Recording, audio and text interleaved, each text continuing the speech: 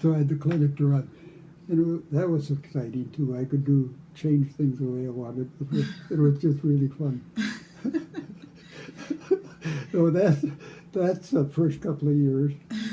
In the third year, the clinic they sent up doctors there and so forth. So I came back and they were trying to figure out how to get medicine in these remote areas where no doctor would go live because there's no money, and hard living conditions. And so we decided we'd train some barefoot doctors and just what they call barefoot, give them one antibiotic or a few antibiotics, and then try to train them to diagnose simple things. And that was close enough. It was only a 2-day walk from Kathmandu, and so that you could send people in.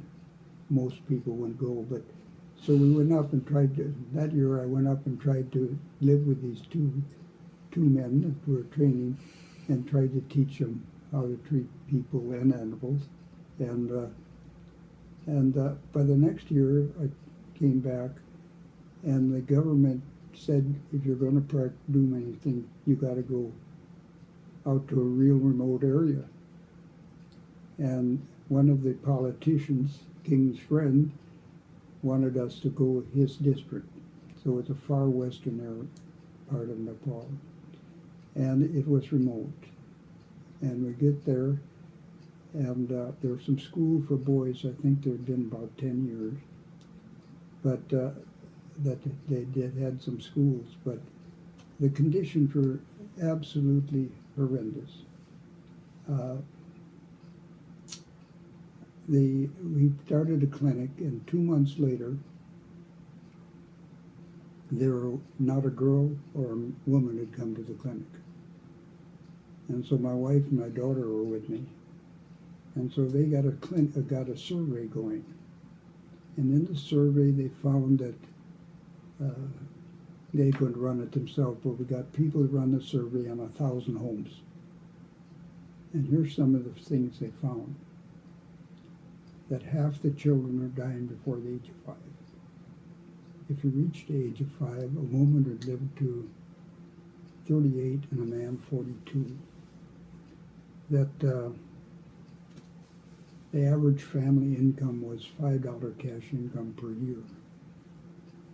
That the women were pretty much slaves. They were sold for marriage at 6 to 10 years of age. Then they went and lived and were slaves in the new household. And in the survey, they found 4 literate women that had about a 4th grade education, and they'd married and come in from some other area. And they were living by terrible rules. These were, they were custom, but the Hindu priests acted like they were religious. And one of the rules was that of the child marriage, he was encouraging the child marriage, but also that anybody that, when the woman is going to have a baby, for instance, she'd go to the cattle barn, and when the baby started to crown, everybody left. Now, so the woman was there having a baby, and then nobody could go in there in the room for 11 days because they were unclean. Okay, it's very common practice, and these girls were getting married at such an age. By the time they were getting pregnant very young, different elevations. That area we were working in wasn't so low, but higher the elevation, women started menstruating later in age than when they got to hotter climate. But these girls most of them were starting 13 years of age, and up 14, but at 8,000 feet to 9,000 feet, then it seemed to be that a lot of them didn't get start menstruating until they were 16. That was my own personal observation where I lived. But at any rate, these women get pregnant, and the girls would go to the cow barn, and many of them were dying in childbirth because they weren't developed enough for it. And then all by themselves. And then the rules were that they couldn't give them vegetables or meat, or they didn't have much meat anyway, but they couldn't give them decent food. They give them a kind of burnt flour and rotten butter to the mothers, because that's what their diet were in there, or sometimes some rice, I guess, but it was a very poor diet.